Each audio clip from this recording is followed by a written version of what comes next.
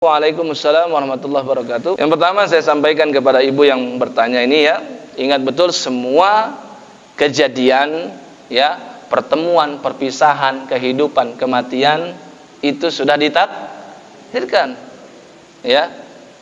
Dan tujuan kita beriman kepada takdir Pak, hikmahnya itu sudah Allah tuliskan ya. Di dalam firman-Nya surah Al-Hadid ya, buka-buka tuh surat tuh, baca baik-baik tuh ya. Sebelum surah Al-Mujadilah, surat ke-57. Di ayat ke-22 Allah berfirman seperti ini. Ma asaba min musibatin fil ardi wala fi anfusikum illa fi kitabim min qabli an nabra'aha. Inna dzalika 'ala Allahi yasir. Perhatikan, tidaklah setiap musibah, setiap bencana, malapetaka apapun yang menimpa pada bumi ini ya, seperti bencana longsor, gempa, tsunami dan lain sebagainya, wala fi anfusikum, atau bencana ujian yang langsung menyerang diri kalian. Di antara musibah itu apa? Seorang istri kehilangan suami, atau sebaliknya, suami kehilangan istri. Itu musibah besar dalam kehidupan rumah tangga ya.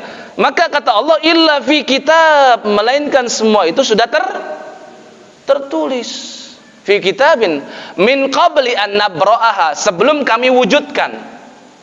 Pernah ingat gak saya sampaikan hadis kataballahu maqadirul khalaik, Allah sudah tuliskan itu semua takdir manusia, bahkan khalaik, seluruh makhluknya.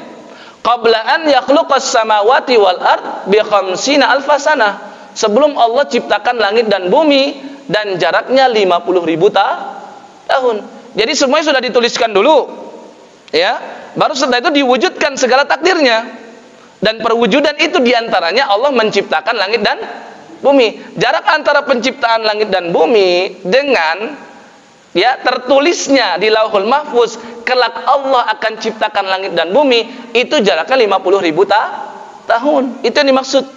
Jadi sekarang suami wafat ya, kalau dia ingat takdir, dia langsung akan tahu, ya suami saya sudah ditentukan oleh Allah wafatnya sekarang, dan itu keturunannya sudah 50.000 tahun sebelum penciptaan langit dan bumi. Berarti jaraknya semakin jauh lagi, berapa puluh ribu tahun lagi dari jarak antara suaminya wafat dengan tertulisnya suaminya itu wafat. Sudah begitu lama. Nah, yang menarik di ayat berikutnya, likaila ta'sau ala ma fatakum wa la tafrahu bima atakum. Tujuannya supaya kita tuh jangan terlalu bersedih hati ketika kehilangan sesuatu. Ya, Allah tetapkan ya kehilangan pasangan. Nah, keyakinan kita dengan takdir ini membuat kita akan apa? Mereda rasa sedih itu.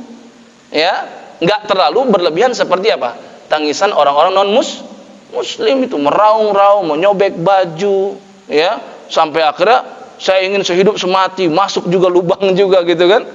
Nah, kan itu enggak benar yang seperti itu. Wala tafrahu bima atakum, sebaliknya, kalau kita mendapatkan nikmat yang begitu banyak, kita juga enggak akan terlalu bersenang hati. Kenapa? Ingat, ini sudah Allah yang tetapkan kita dapat nikmat. Nah, itu yang pertama yang harus diingat oleh siapapun yang terkena musibah. Dan saya doakan kepada yang bertanya, semoga suami ibu ya mendapatkan rahmat Allah yang luas ya di alam kubur ya. Nah, yang berikutnya, yang kedua, tentang masalah mengenang pasangan tadi itu ya. Salah orang yang mengatakan mengenang kebaikan pasangan itu dilarang dan itu tanda tidak ikhlas. Enggak, justru dulu Nabi sallallahu alaihi wasallam ya sering mengenang siapa? Sayyidah Khadijah ya.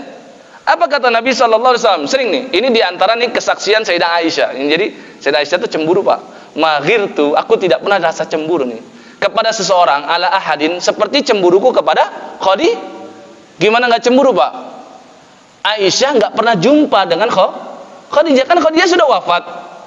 Baru setelah itu Aisyah masuk dalam kehidupan rumah tangga Nabi Muhammad sallallahu alaihi wasallam. Kalau pernah ngelihat sebelumnya itu masih agak mending, bisa bandingin. Ini nggak pernah ngelihat, tapi Nabi kok sering banget nyebut nama Khadijah. Bahkan kata Aisyah, Nabi itu sering mengatakan innaha kanat wa kanat. dulu Khadijah tuh gini, dulu Khadijah tuh gitu, ya. Wa kana limin hal walad, dan Khadijah saja yang memberikan aku anak tuh. Ya, maka Aisyah cemburu. Jadi kalau ada yang mengatakan seorang istri menyebut-nyebut kebaikan suami yang sudah meninggal itu dikatakan tidak ikhlas, itu salah. Ya, enggak selalu seperti itu. Karena Nabi SAW juga sering menyebut-nyebut tentang Sayyidah Khadijah, dan Nabi ikhlas enggak? Ikhlas dong, ya. Nah, jadi seperti itu ya.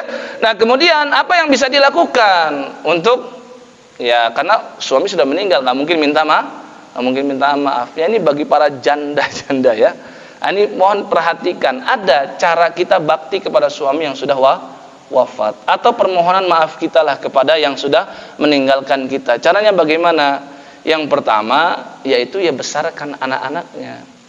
Ya, jadikan anak-anaknya orang-orang saleh dan salihat. Ya, jadikan para penghafal Al-Qur'an. Ya. Kenapa? Allah telah menetapkan orang yang masuk surga, mereka bisa membawa keluarga. Kata Allah dalam firman-Nya, "Walladzina amanu wattaba'athum dzurriyyatuhum biimanin alhaqna bihim dzurriyyatahum." Dan orang-orang yang beriman, ya, walladzina amanu wattaba'athum dzurriyyatuhum biimanin, dan keturunan-keturunannya juga ikut beriman. Ini anjuran bagi para orang tua memastikan putra putri, anak cucunya tetap dalam kondisi muslim. Kenapa? Karena Allah telah menjanjikan, ya, janjinya apa? Alhaqna bihim dzurriyyatahum, akan kami bawa serta juga keturunan-keturunan tersebut. Ya, kalau orang tuanya itu solih, anaknya kurang solih. Bukan orang tuanya yang direndahin setara dengan anaknya yang dinaikkan derajatnya setara dengan orang tuanya. Orang tuanya ya cuman sholat yang wajib saja, hafal Quran enggak. Anaknya ya dijadikan penghafal Al-Quran, dan penghafal Quran itu tingkat derajat surganya semakin meninggi sepanjang pembacaan Quran dia. Maka nanti orang tuanya itu akan ngikut juga ke atas surganya, bukan anaknya yang turun, begitu. Ya. Nah, yang berikutnya yang bisa dilakukan, doakan terus almarhum, doakan kebaikan, ya, istighfar. Istighfar itu apa? Mohonkan ampunan kepada Allah untuk suami yang sudah meninggal. Kenapa? Karena Nabi sudah sampaikan memang kewajiban terbesar seorang perempuan itu terhadap suami. Sedangkan kewajiban terbesar seorang laki-laki terhadap ibu. Kalau anak diperintahkan untuk memintakan ampunan untuk orang tua, berarti istri juga dituntut untuk memintakan ampunan untuk suami. Itu salah satu baktinya. Kalau punya hutang, bayarkan hutangnya, cari-cari tahu. Ya, ini bahaya perkara hutang, Pak. Serius, saya ulang-ulang terus masalah hutang.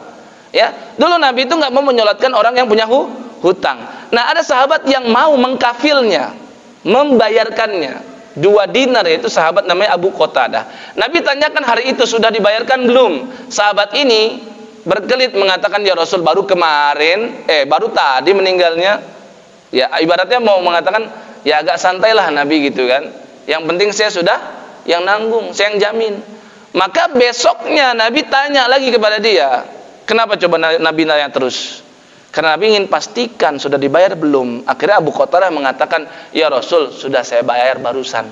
Apa kata Nabi SAW? Al-ana barodat alaihi jildu. Sekarang kulitnya itu sudah mendingin. Ngerti gak maksudnya? Berarti sepanjang belum dibayar, itu jawabannya. Sepanjang belum dibayar, berpotensi terkena siksaan sampai akhirnya terbayar. Apalagi zaman sekarang, Pak, itu kredit motor, kredit mobil, kredit rumah, ya kan? Itu hutang bukan? Namanya aja kredit kok. Jelas nggak? Maka mohon perhatian dengan hal seperti ini. Hutang itu bahaya. Selama belum dibayar, maka berpotensi terkena siksa. Percuma kalau istrinya itu doa terus kepada Allah, minta ampunan kalau hutang si suami tidak dibayarkan. Ya, karena istri adalah ahli waris, yaitu wasiat juga ditunaikan. Ya, jelas sampai sini? Ya, dan tetap menjaga ketakwaan, itu adalah cara bakti terbaik istri kepada suami yang sudah wafat.